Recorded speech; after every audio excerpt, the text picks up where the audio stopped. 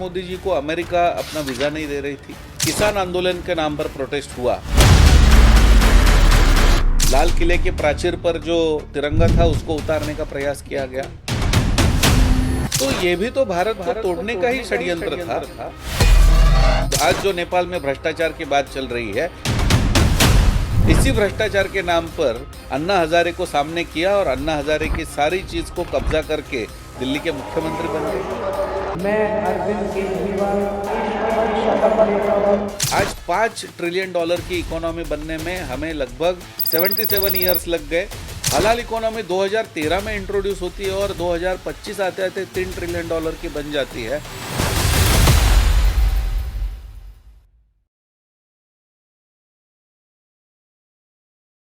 नमस्कार, स्वागत है आप सभी का। आप देख रहे हैं एनएमएफ न्यूज। आपके साथ मैं हूं नमता चौधरी। इस वक्त देश में तमाम मुद्दे गूंज रहे हैं और सोचिए, पड़ोसी देशों में जो कुछ हो रहा है उसका असर भारत पर भी पड़ रहा है। समझ तो आप गए होंगे कि मैं शुरुआत कहां से करने जा रही हूं। जिक्र नेपाल का करूंगी। सबसे पहले नेपाल में जिस तरीके से हिंसक प्रदर्शन हुआ, तख्ता पलट हुआ, और 2021 से हम देख रहे हैं कि तमाम देशों में इसी तरीके का पैटर्न अपनाया जा रहा है। ये जो एनजीओज काम करते हैं, ये जो तख्ता पलट के पीछे की जो साजिशें रची जाती हैं, इस पर चर्चा करेंगे। और फिर नेपाल से निकलने के बाद सीधा भारत का जिक्र करेंगे कि यहां पर पाक नापाक की सोच वाले एनजीओज और ऐसे ही संगठन कैसे अपने पैर पसार रही हैं और एक बड़ी साजिश को अंजाम देने की फिराक में है। मेरे साथ इस पॉडकास्ट में एक बेहद खास शख्सियत मौजूद है। स्वागत कीजिए रमेश शिंदे का। स्वागत है सर आपका। सर हिंदू जन जागृति समिति के नेशनल स्पोक्स पर्सन है और कई बार हमने उनको देखा है हिंदुत्व और अपनी इसी विचारधारा को वो आगे बढ़ाते हैं और बताते हैं कि देश में और कौन कौन से मुद्दे चल रहे हैं जिन पर हम सबका ध्यान जाना चाहिए। स्वागत है सर आपका। जी धन्यवाद। सबसे पहले सर शुरुआत में जैसे कि मैंने कहा नेपाल से ही करना चाहूंगी। नेपाल में जिस तरीके की चीजें हुई 2021 से अगर शुरुआत करूं, अफगानिस्तान हो गया आपका, श्रीलंका में हमने देखा, हमने बांग्लादेश में देखा कैसे तख्ता पलट हुआ। यहाँ पर नेपाल में एक चीज जो अनकॉमन रही वो ये रही कि हिंदुओं को टारगेट नहीं किया गया क्योंकि हिंदू आबादी ज्यादा है। पशुपतिनाथ टेम्पल पूरी तरीके से सेफ है। बाकायदा एक वीडियो भी वायरल हुआ तो उसका भी फैक्ट चेक हो गया कि कुछ नहीं वैसा हुआ।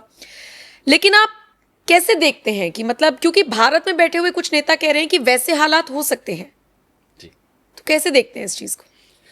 देखिए, एक बात तो हमें यह ध्यान में लेनी चाहिए कि जब किसी भी संगठन के पास शक्ति आती है और वो शक्ति जमा करने का प्रयास करता है और विशेष करके उसको विदेश से जब सहायता मिलना प्रारंभ होता है तो वो वहाँ पर अपनी शक्ति को उपयोग करने के लिए वो प्रयास करता है। बहुत सारी एनजीओज होती है जो समाज के हित में काम करती है। बहुत सारी एनजीओ जो होती है जो विदेश से धन उनके वहाँ पर इसलिए आपूर्ति की जाती है कि उसके द्वारा वो उस देश में कुछ ऐसे माहौल तैयार करे कि जिसके कारण सरकार को वहाँ पर गंभीर परिणामों का सामना करना पड़े। आज जो नेपाल में हुआ है उसी प्रकार का कुछ माहौल यदि हम देखेंगे कि भारत में भी पहले हुआ था। एक उदाहरण आप देख लीजिए कि आज हम पंतप्रधान नरेंद्र मोदी जी दिल्ली में आए हैं, पंतप्रधान बने हैं, तो आज पूरे विश्व का जो आज उनके तरफ देखने का नज़रिया है वो पूरा बदल चुका है। आज भी अमेरिका की एक रिपोर्ट में आया है कि विश्व के सबसे जो प्रसिद्ध व्यक्ति है उसमें 1 नंबर पर फिर एक बार नरेंद्र मोदी जी आए हैं। लेकिन जब पंतप्रधान नरेंद्र मोदी जी गुजरात के मुख्यमंत्री थे तो वहाँ पर भी एक एनजीओ काम कर रहा था जिन्होंने उनके विरुद्ध बहुत बड़ा एक षड्यंत्र रचा, तीस्ता सेटलबाड़ का एनजीओ, जिसका citizen for justice and peace CJP, उस समय पे उसका सबरंग ट्रस्ट भी था। और उन्होंने गुजरात में जो दंगे हुए वहाँ पर ऐसे माहौल तैयार किया कि जैसे कुछ घटनाओं को यदि हम देखते उसके ऊपर तो परधानिया जैसे आमिर खान की फिल्म आ गई कि जिनका कहीं तथ्य ही सामने नहीं आया था, जिसका कोई एविडेंस नहीं हुआ कि मुस्लिम महिलाओं के पेट चीर करके उनके अंदर से उनके बच्चों को निकाल करके मार दिया गया। ये कहीं केस में नहीं आया है, लेकिन ये घटनाएं तो आई। एक तरीके से गुजरात के बारे में यदि हम देखते हैं कि उस समय का एक टाइटल था butcher of the Gujarat, Gujarat का कसाई। तो ये जो है ये यदि हम देखते हैं, या कांग्रेस के उस समय के जो सोनिया गांधी जी वगैरह थी, तो उन्होंने तो मौत का सौदागर उनको कह दिया था। तो ये भी तो एनजीओ था, ये भी तो विदेश से फंड लेने वाला एनजीओ था। और उस समय पे हमारे परिचय में जो हिंदू विधि के परिषद है, उन्होंने उसके बारे में पहला कंप्लेंट दर्ज किया था कि जो अपना मैगजीन चलाता है वो विदेश से फंड नहीं ले सकता है, और उसके लिए कानूनन प्रोविजन है। अच्छा। इसके ऊपर केस दर्ज हो गया, और जब तीस्ता सेटलबर्ड को अरेस्ट करने के लिए पुलिस पहुंची तो 10 मिनट के अंदर सुप्रीम कोर्ट में पिटीशन आ गया। कपिल सिब्बल वहां पर खड़े हो गए और वहां पर से यह सवाल पूछा गया कि आर्थिक यदि आपको जांच करनी है तो उसके लिए अरेस्ट करने की आवश्यकता क्या है। यह बाकी कहीं नहीं हुआ, तो हम यहां पर देख सकते हैं। उसका परिणाम यह हुआ कि पंतप्रधान नरेंद्र मोदी जी को अमेरिका अपना वीजा नहीं दे रही थी। तो उस कालावधि को यदि हम देखते हैं तो भारत में भी यह पहले से षड्यंत्र हुआ है। फिर दूसरा हम देखते हैं कि यहाँ पर जो किसान आंदोलन के नाम पर प्रोटेस्ट हुआ, तो भारत के लाल किले के प्राचीर पर जो तिरंगा था उसको उतारने का प्रयास किया गया। तो ये कुछ उदाहरण हम देखते हैं। शर्जील इमाम का आप देख लीजिए, एनजीओ से जुड़ा हुआ फिर एक व्यक्ति। तो ये जो है, या उमर खालिद को देख लीजिए, कन्हैया कुमार को देख लीजिए, एनजीओ से जुड़े हुए ही सारे व्यक्ति है, विद्यार्थी ही है, लेकिन एंटी सीए प्रोटेस्ट के नाम पर सब आ गए। एंटी सीए के प्रोटेस्ट के नाम पर सब आ गए, और चर्चा वहां पर क्या हो रही है, भारत तेरे टुकड़े होंगे। वहां पर चर्चा क्या हो रही है, असम और नॉर्थ ईस्ट को हम कैसे चिकन नेक को कब्जा करके तोड़ देंगे। तो ये भी तो भारत को तोड़ने का ही षड्यंत्र था, लेकिन उस समय पे कोविड के प्रभाव के कारण से उनको प्रोटेस्ट हटाना पड़ा, और जो पंतप्रधान मोदी जी की जो धोरण दूरदर्शिता है उस कारण से उन्होंने उसको आगे बढ़ने नहीं दिया। लेकिन ये सारे षड्यंत्र तो भारत में भी पहले से चल रहे थे, और ये सारे विदेशी एनजीओज हैं। आज आपको मैं इसी मुहिम का सबसे बड़ा उदाहरण बताना चाहूंगा। एक समय पे अरविंद केजरीवाल ये नाम भारत में कौन से राजनीति में था, लेकिन इसी एनजीओ के प्रभाव से अरविंद केजरीवाल भी तो आ गए सामने। और अरविंद केजरीवाल ने तो यहाँ पर भ्रष्टाचार के विरुद्ध, आज जो नेपाल में भ्रष्टाचार की बात चल रही है, इसी भ्रष्टाचार के नाम पर अन्ना हजारे को सामने किया, और अन्ना हजारे की सारी चीज को कब्जा करके दिल्ली के मुख्यमंत्री बन गए। और फिर अन्ना हजारे साइडलाइन, और पूरे अन्ना हजारे की मूवमेंट को ही साइडलाइन कर दिया उन्होंने। तो ये जो चीजें हैं ये भारत में हुई नहीं है, ऐसे नहीं है, भारत में भी हुई है। आपको मैं और एक चीज बताना चाहूंगा कि भारत में जो परमाणु ऊर्जा के बारे में जो कुडानुकुलम जिसको कहा जाता है तमिलनाडु में, उसके विरुद्ध बहुत बड़ा प्रोटेस्ट खड़ा किया गया। इसका भी जान जब सामने आया कि विदेश से इसको फंड आकर के वहां पर एनजीओज कुछ थे जो मिशनरी समर्थित एनजीओज थे, उनके द्वारा ये चीजें की जा रही थी। तो मुझे लगता है कि एनजीओज और उनका राजनीति में या भारत के भी अंतर्गत व्यवस्था में, व्यवहार में उनका हस्तक्षेप होता ही है। ये तो सरकार के ऊपर और उसके जो पुरोधा, उसके जो नेता वहां पर बैठे, उनकी सूझबूझ पर निर्भर करता है।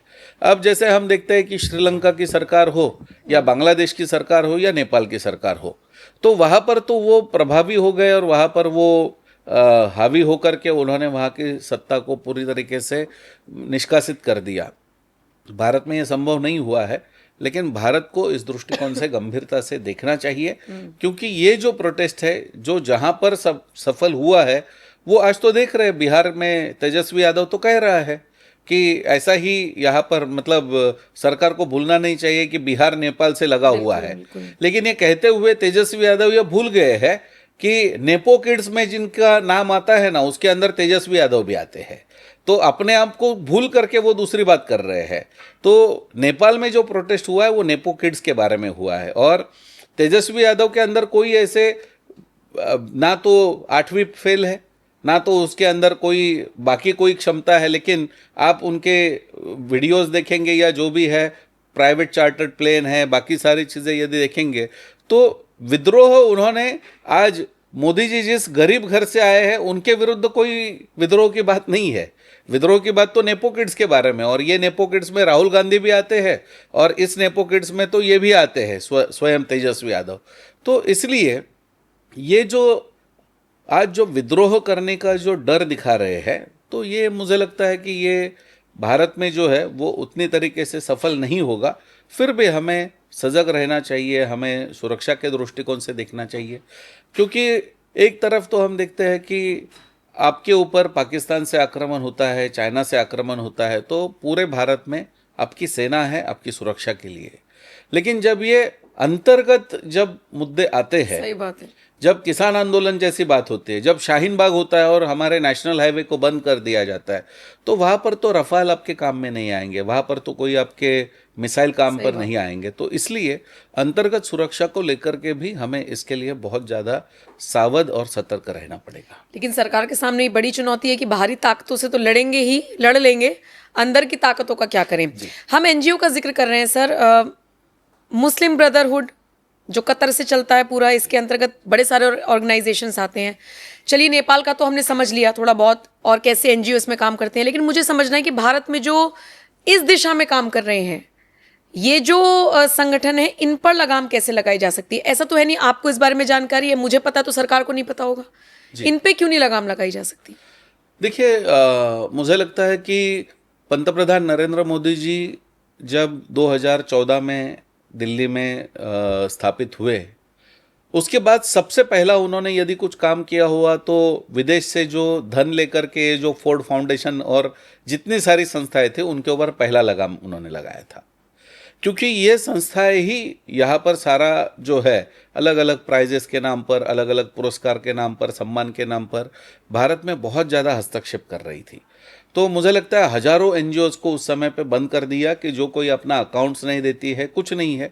महाराष्ट्र में भी बहुत सारी ऐसी एनजीओज उस समय पे काम कर रही थी कि जो विदेश से पैसा लेकर के इस प्रकार से प्रयास कर रही थी।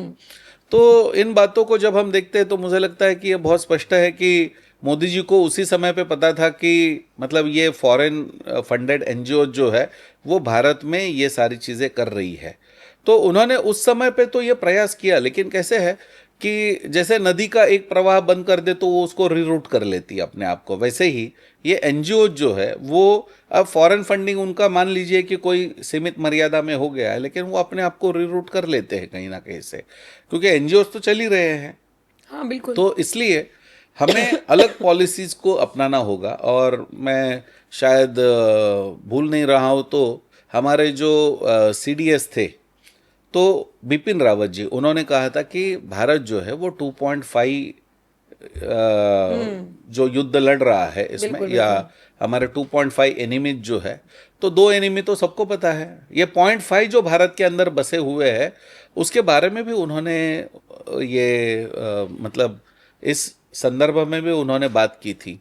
तो ये 0.5 जो अंदर बसे हुए जो लोग हैं उसके बारे में भी हमें ये प्रयास करना होगा। और महाराष्ट्र सरकार ने हाल ही में एक जन सुरक्षा कानून करके वहाँ पर एक लाया, जिसका विरोध आज सारे वामपंथी कर रहे हैं। जेएनयू में प्रोटेस्ट हो रहा है, शरद पवार की पार्टी उसका विरोध कर रही है। क्या और है ये जो लेकर आई है सरकार? ये जो जन सुरक्षा विधेयक है कि भारत में इसी आधार पर कुछ एनजीओज ने वहाँ पर मिलकर के एक, जो आपने शायद कोरेगांव भीमा का प्रोटेस्ट सुना होगा, एल्गार परिषद, और इस एल्गार परिषद में यहाँ से ये सारे आए थे जो मुस्लिम, दलित और ये जो है इन सब का मिलकर के था। उसके बाद बहुत बड़ा दंगा हुआ था और जब उसकी पूरी जांच हो गई तो ये सामने आ गया कि ये एनजीओ से मिले हुए कुछ लोग जो वामपंथी विचारधारा के हैं वो प्रधानमंत्री नरेंद्र मोदी जी का जिस प्रकार से राजीव गांधी जी की हत्या हो गई उस प्रकार से हत्या करने का षड्यंत्र कर रहे हैं।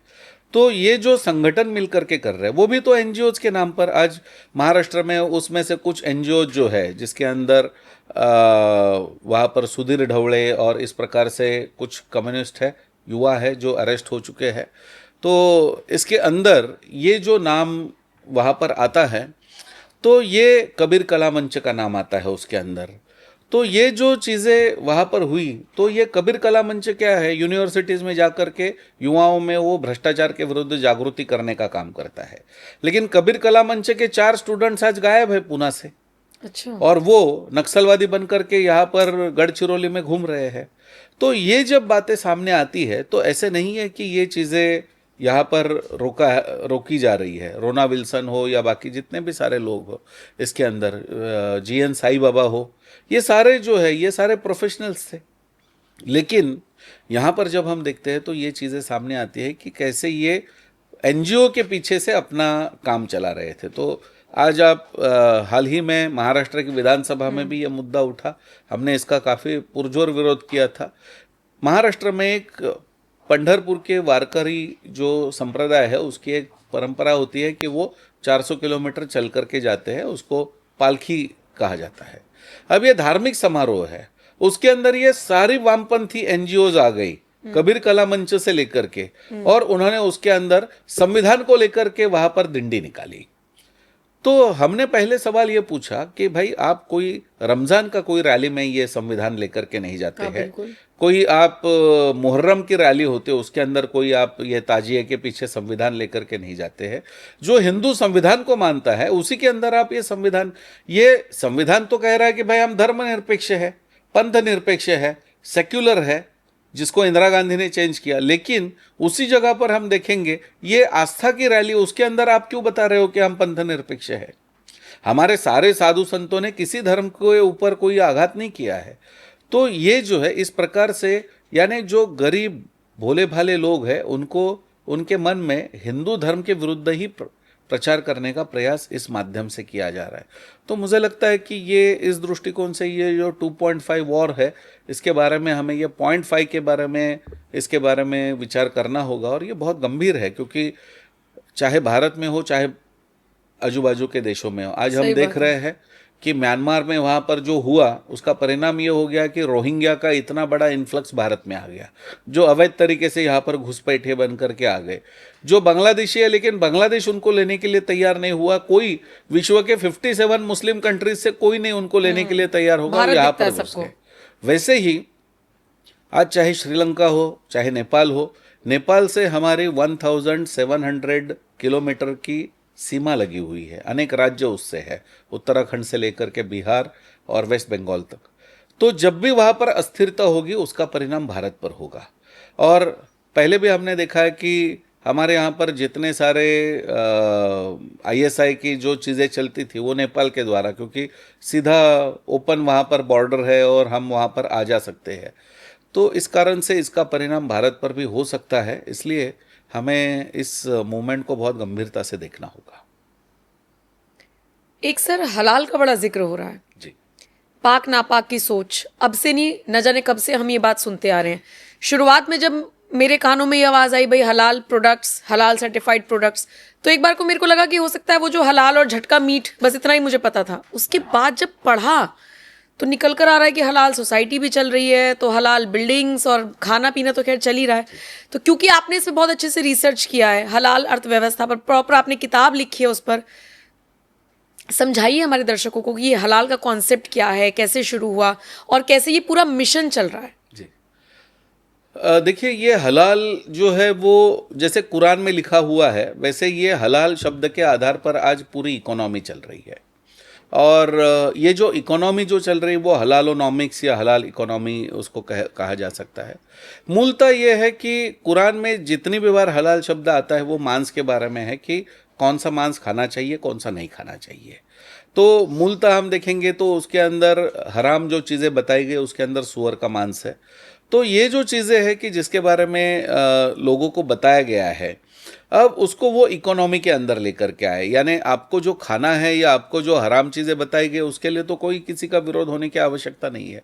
लेकिन पहले तो सवाल ये आता है कि जो इस देश में रहने वाले 8% 10% मुसलमानों को जो चीज़ चाहिए उसके लिए बाकी बचे जो 80-90% है उनके ऊपर इसकी ज़ोर ज़बरदस्ती क्यों की जा रही है। दूसरी बात, जब भारत सरकार का FSSAI और FDA इसको सर्टिफिकेट दे रहा है, कोई चीज़ को वो डिक्लेयर कर रहा है कि ये वेजिटेरियन है, तो ये क्या मदनी का कोई मौलाना या साइंटिस्ट बना है कि जो ये तय करेगा कि नहीं उनका सर्टिफिकेट नहीं हमारा सर्टिफिकेट होना चाहिए। और जब तक जमीयत उलेमा हिंद का हलाल सर्टिफिकेट नहीं होगा तब तक कोई मुसलमान उसको परचेस नहीं कर सकता। और ये कितनी बड़ी बात है कि FSSAI के होने के बावजूद मदनी वाले संगठन से सर्टिफिकेट चाहिए ही चाहिए। उसके भी वो लोग पैसे लेते हैं ना? हाँ, उसके भी पैसे लेते हैं। आपको यदि हलाल सर्टिफिकेट लेना है तो पहली बार यदि आप रजिस्टर कर रहे तो 60,000 रुपीज़ पे करना पड़ेगा आपको। फिर अभी तो उसमें नया उन्होंने मूवमेंट ऐड कर दिया कि उसके अंदर अब जो है जमीयत उलेमा हिंद के द्वारा ट्रेन किए गए 2 मौलाना हलाल इंस्पेक्टर करके आपकी फैक्ट्री में रहेंगे। अरे बाप रे, यानी धीरे धीरे हमारे यहाँ पर रिलीजन बेस्ड वर्क फोर्स कहाँ से आ गया? सही बात है, हम कहाँ से आ सेक्युलर कह रहे हैं, लेकिन अब तो धीरे धीरे 2 हलाल इंस्पेक्टर को भी अपॉइंट करना पड़ेगा। यानी एक तरीके से हम देख रहे हैं कि हलाल के नाम पर ये सारी चीजें चल रही है, जबकि इसके अंदर विश्व के कई सारे देशों में यह सवाल पूछा जा रहा है कि सुन्नत का अर्थ होता है जो कुरान में लिखा है उसी को फॉलो करना है। तो जब कुरान में यह लिखा ही नहीं है कि लिपस्टिक हलाल होनी चाहिए या नहीं होनी चाहिए, या कोई आज का चिकन बर्गर है वो हलाल होना चाहिए, जब उसके अंदर लिखा ही नहीं है तो फिर इन चीज़ों को जमीयत उलेमा हिंद सर्टिफाई कैसे कर रही है और क्यों कर रहा है? और क्यों कर रही है? अब इसमें भी शायद दर्शकों को पता ना हो, हमें ऐसे लगता है कि जमीयत उलेमा हिंद का सर्टिफिकेट लेने के बाद हलाल कंफर्म हो गया, ऐसे नहीं है। विश्व में जितने इनके फिरके हैं, जितने इनकी कम्युनिटीज़ है, उतने हलाल सर्टिफिकेट है। यानी यदि ईरान शिया बेस्ड कंट्री है तो वो जमीयत उलेमा हिंद का हलाल सर्टिफिकेट लागू नहीं करता अपने यहाँ पर, क्योंकि शिया मुसलमानों का हलाल कॉन्सेप्ट अलग है और सुन्नी मुसलमानों का अलग है। तो आपको शिया संगठन से भी हलाल सर्टिफिकेशन लेना पड़ेगा। तो ये कैसे अगर आपको ये चल रहा अंतर्राष्ट्रीय है? स्तर पर बेचना है तब ना। जी, तो इस प्रकार से हर एक अपना अपना कोई रूल, हमारे यहाँ पर कोई एसओपी होना चाहिए, स्टैंडर्ड ऑपरेटिंग प्रोसीजर है कि भाई ये रूल है और इसी प्रकार से होगा। लेकिन यहाँ पर तो हर कंट्री का रूल अलग बता रहा है कि नहीं, हमारे देश में आपको प्रोडक्ट बेचना है तो हमारा रूल का, हमारे हलाल का रूल ये अलग है। तो इस प्रकार से ये धीरे धीरे बढ़ाते चले गए और आज करीब करीब $3 ट्रिलियन की इकोनॉमी बन चुकी है, हलाल इकोनॉमी। यानी हम देख रहे हैं कि भारत आज $5 ट्रिलियन की इकोनॉमी बनने में हमें लगभग 77 ईयर्स लग गए, और वो भी मोदी जी के पिछले 2014 के बाद भारत की इकोनॉमी ने काफ़ी आगे बढ़ावा ले लिया है। लेकिन हलाल इकोनॉमी 2013 में इंट्रोड्यूस होती है और 2025 आते आते $3 ट्रिलियन की बन जाती है। तो हमें देखना चाहिए कि इसके अंदर क्या षड्यंत्र है, और इसीलिए मेरा तो इसके ऊपर याचिका भी चल रही है कि आज भारत की सुरक्षा को लेकर के हमें बहुत चिंतित होना पड़ेगा कि ये जो जमीयत उलेमा हिंद है, ये हलाल इकोनॉमी से जो पैसा आ रहा है, ये सारे जितने आतंकवादी हैं उनके केसेस में एडवोकेट हेल्प देने में लगा रही है, या अन्य भी बहुत सारे कार्य उनके चल रहे हैं। तो आज जब हम देख रहे हैं कि इसका पैसा जो है वो सरकार के विरोध में यूज़ हो रहा है, तो इस दृष्टिकोण से हमें बहुत गंभीरता से लेना चाहिए। इसलिए हमने सरकार को तो लिखा भी है कि हम कोई मुसलमानों को खाने पीने के विरोध में नहीं है, उनको हलाल खाना खा सकते हैं। लेकिन यदि सरकार को संभव है तो सरकार ने, योगी जी ने तो हम देखते हैं कि यहाँ पर तो वो उन्होंने बहुत प्रखरता से ले लिया और मीट छोड़ करके बाकी सारी हलाल प्रोडक्ट्स को बैन कर दिया। तो वैसे ग्राउंड जीरो पे बैन किया ना, ऑनलाइन तो आ सकता है। करेक्ट, तो ये ऑनलाइन पे आज भी चल रहा है। लेकिन वैसे सरकार ये कर सकती है कि एफएसएसआई में आज हमारे यहाँ तो माइनॉरिटी मिनिस्ट्री चल रही है, माइनॉरिटी डिपार्टमेंट चल रहा है, हज का कमेटी चल रहा है। तो वैसे भारत सरकार हलाल इंस्पेक्टर्स को अपॉइंट करके या हलाल सर्टिफिकेशन एफएसएसआई का एक भाग करके, वो जो आज जो पैसा जो मुस्लिम एनजीओज के पास जा रहा है उसको रोकने का निश्चित रूप से प्रयास कर सकती है। नहीं तो हलाल का कॉन्सेप्ट जरूरी है क्या? ये तो चलिए हम ऐसी सोच के लोग हैं कि चलिए खा लीजिए या चलिए हमें कोई दिक्कत नहीं है, पर अगर मैं सीधे शब्दों में पूछूं, जरूरत है क्या इसकी? कहीं लिखा है ऐसा कि हलाल ही कंज्यूम करना है तो हलाल सोसाइटी में ही रहना है? ऐसा नहीं, ये हलाल सोसाइटी तो कॉन्सेप्ट ही नहीं है कहीं पर, क्योंकि इसके अंदर ये जो कुछ चीज़ें उन्होंने तैयार की है, यानी केरल में जो पहली हलाल सोसाइटी बनी, तो उसका जब मैंने रिसर्च किया तो मैंने ये पाया कि उसके अंदर क्या उन्होंने नया क्या किया है।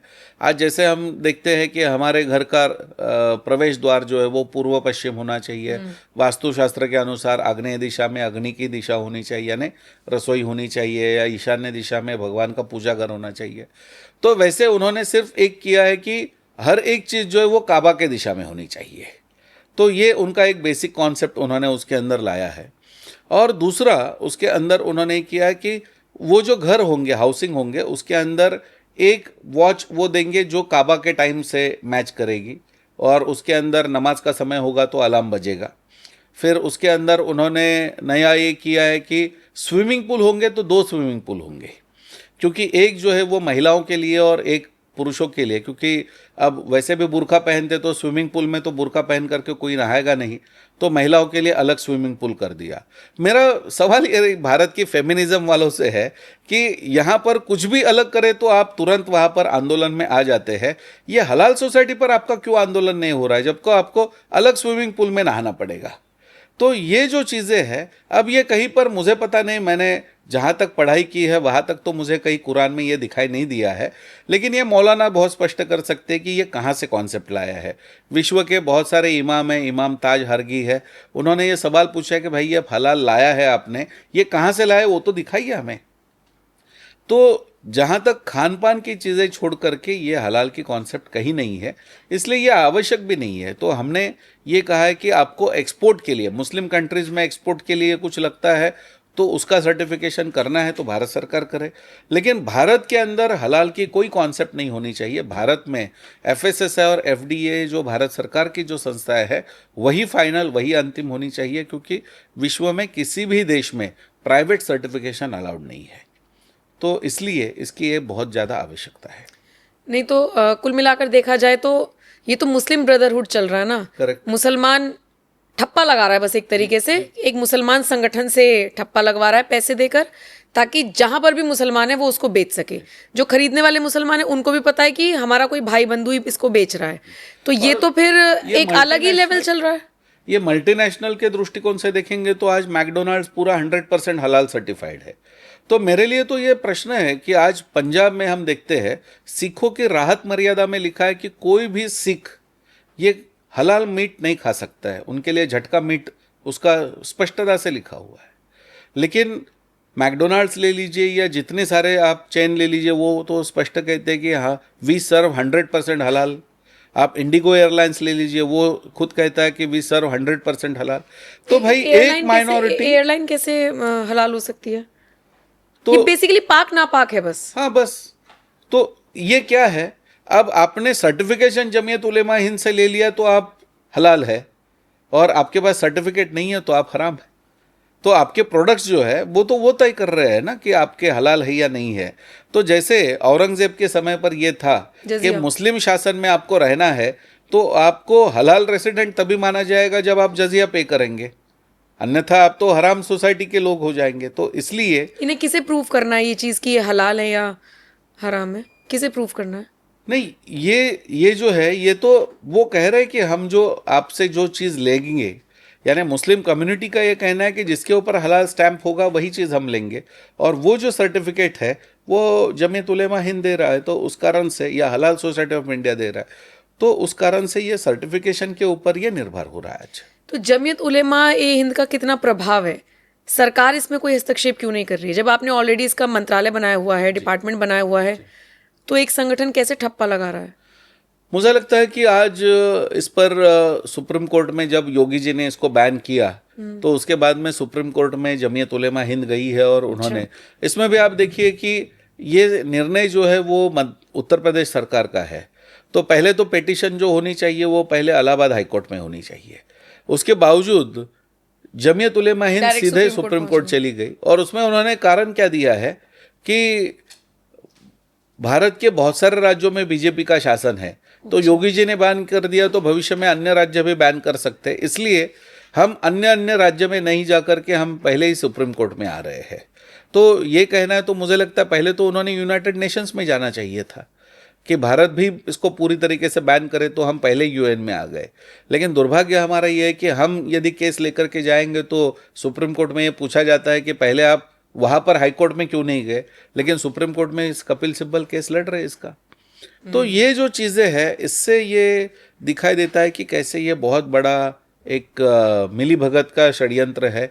जमीयत उलेमा हिंद के जितने सारे आतंकवादियों से संबंधित केस है वो सारे कपिल सिब्बल ही लड़ रहे हैं। तो ये कुल मिला करके देखेंगे तो ये सारा मिला हुआ चीज़ दिखाई देता है। एक और मैं कहीं पर पढ़ रही थी, मुझे नहीं पता वो कितना सच है कितना नहीं, आपसे जानना चाहूंगी, इस्लामिक बैंक का भी कोई कॉन्सेप्ट बीच में आया था क्या?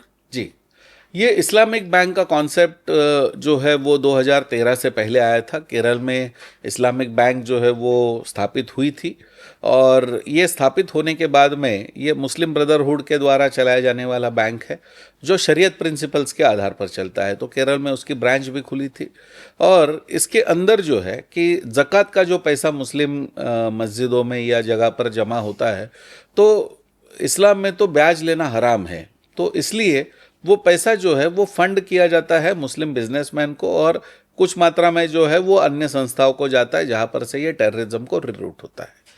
तो ये इस्लामिक बैंकिंग जो है उसका बेसिक रूट था, और इसके ऊपर डॉक्टर सुब्रमण्यम स्वामी ने जनहित याचिका की, जिसके अंदर उन्होंने कहा कि यदि भारत जो है वो सेक्युलर देश है, ये हम कह रहे हैं, हमारे संविधान में लिखा है, तो ये रिलीजन बेस्ड बैंकिंग भारत में कैसे हो गया? यदि ऐसे हो तो कल तो क्रिश्चियन बैंक हो जाए, पारसी बैंक हो जाए, हर एक अपना अपना बैंक चालू करेगा, वो कहेगा मेरे मजहब में ये लिखा है, तो बैंकिंग प्रिंसिपल का मतलब क्या हो गया? तो इस कारण से इसको मना कर दिया गया, और फिर ये बैंक भारत में रुक गया। लेकिन उसका ही दूसरा रूप जो है, जो कंज्यूमर राइट्स के रूप में आ गया, वो है हलाल। तो हलाल economy is part of Islamic banking. और ये जो चीज़ें हैं कि इस्लामिक बैंकिंग के विश्व में कई सारे ऐसे सबूत सामने आए हैं कि जहाँ पर ये दिखाई देता है कि इस्लामिक बैंकिंग का पैसा ये टेररिस्ट ऑर्गेनाइजेशंस को जाता है। तो हलाल इकोनॉमी ये अन्य कुछ नहीं है, इस्लामिक बैंकिंग का ही दूसरा स्वरूप है। तो इस कारण से ये जो इस्लामिक बैंकिंग का हम देखते हैं, और आज भी मुझे लगता है कि जम्मू कश्मीर में ये वहाँ के मुसलमानों की डिमांड है, उन्होंने जम्मू कश्मीर हाई कोर्ट में ये पिटीशन की है कि कश्मीर जो है वो लगभग 90% मुसलमानों का प्रदेश है, तो यहाँ पर हम नॉर्मल बैंकिंग में व्यवहार नहीं करना चाहते, हम इस्लामिक बैंक चाहते हैं यहाँ पर। तो जम्मू कश्मीर के मुसलमानों की आज भी ये डिमांड है कि हमारे यहाँ पर इस्लामिक बैंकिंग होना चाहिए। तो ये बेसिक बात ये आती है कि पहले तो मतलब या तो हम सेक्युलर देश में रह रहे हैं, या मुस्लिम देश में रह रहे हैं, या क्या शरिया है, फॉलो कैसे? करें या संविधान फॉलो करें, पहले तो ये लोग यही डिसाइड कर लें। तो जैसे हम देखते हैं कि तमिलनाडु में एक गांव में मुस्लिम पॉपुलेशन ज़्यादा हो गया, वो हाईकोर्ट में चले गए कि हिंदू मंदिर में जो पूजा कीर्तन है वो बंद करने के लिए कहिए, क्योंकि हमारी भावना आहत होती है। अरे भाई, दिन में 5 बार आपकी चिल्लाहट लोग सुन सुन करके परेशान है, किसी हिंदू ने आपने ये बताया नहीं कि हमें ये कष्ट हो रहा है, और आपको एक सुबह का भजन कीर्तन भी आपको कष्ट देना प्रारंभ कर दिया। तो ये जो है होने की उम्मीद हिंदुओं से ही की जा रही है हिंदुओं से है। तो जहां पर भी मुस्लिम पॉपुलेशन ज़्यादा है, वो तो शरीयत को आज खुलेआम इंग्लैंड के अंदर मोर्चे निकल रहे हैं कि वी वांट शरिया स्टेट। तो ये जो चीज़ें हैं कि ये धीरे धीरे इस्लामी ताकत को ही बढ़ाना चाहते हैं, और इसका ही माध्यम है। तो आज हमने देखा कि बांग्लादेश में भी जो पहले प्रोटेस्ट हुआ वो तो करप्ट गवर्नमेंट के अगेंस्ट था, ऐसे पहले कहा जाता था। लेकिन धीरे धीरे हमने देखा कि उसका परिणाम जब हुआ तो हिंदू घरों पर आक्रमण, हिंदू मंदिरों पर आक्रमण, हिंदू महिलाओं पर आक्रमण, ये तो कोई उद्देश्य ही नहीं था। उस प्रोटेस्ट के अंदर जो ढाका यूनिवर्सिटी में हुआ, वहाँ पर तो कई सारे हिंदू स्टूडेंट्स भी थे। लेकिन पहले जो दिखाई दिया कि ये प्रोटेस्ट जो है वो प्रोटेस्ट करप्शन के अगेंस्ट है, और बाद में जो सामने आ गया वो तो चीज़ अलग ही है। वैसे ही नेपाल के बारे में भी हम देखते हैं, तो मुझे लगता है कि कुछ दिनों में चित्र भी सामने स्पष्ट हो जाएगा। एक आखिरी सवाल सर, इसी के साथ वाइंड अप करूंगी। इस वक्त देश में सबसे बड़ा खतरा आपके हिसाब से क्या है? देखिए, बहुत सारे खतरे तो किसी भी देश में हैं, तो बहुत सारे खतरे तो रहते ही है। लेकिन ये जो है कि आज सोशल मीडिया बहुत ज़्यादा प्रभावी हो चुका है, और जिसके माध्यम से हम देख रहे हैं कि आज नेपाल का हो या बाकी जितने सारे प्रोटेस्ट है, तो आजकल कई सारे ऐसे ऐप्स बने हुए हैं, कई सारी चीज़ें उसके द्वारा चलाई जाती है कि जिसमें आपको खुलेआम जो प्रचार होता है वो तो लोगों को दिखाई देता है। आज आपका एक चैनल चल रहा है, चैनल में जो विचार यहाँ पर रखे जाते हैं वो तो सामने आते हैं। लेकिन मोबाइल में कई सारे ऐप्स आते हैं, कई सारी चीज़ें आ जाती है कि जो कई सारे ऐप्स के द्वारा उसका प्रचार होता है और कहीं पर उसका पता नहीं चलता है। तो इस दृष्टिकोण से हम देखेंगे कि हम सेक्युलरिज्म के नाम पर धीरे धीरे हमारे संस्कृति को भूल रहे हैं। धीरे धीरे हमें एक डी अलाइनाइजेशन, मतलब हमें संस्कृति से दूर करने का एक जो प्रयास यहाँ पर चल रहा है। क्योंकि संस्कृति होगी तो व्यक्ति विचार कर सकता है, फिर वो राष्ट्र, भारत माता, गौ माता, इस दृष्टिकोण से विचार कर सकता है।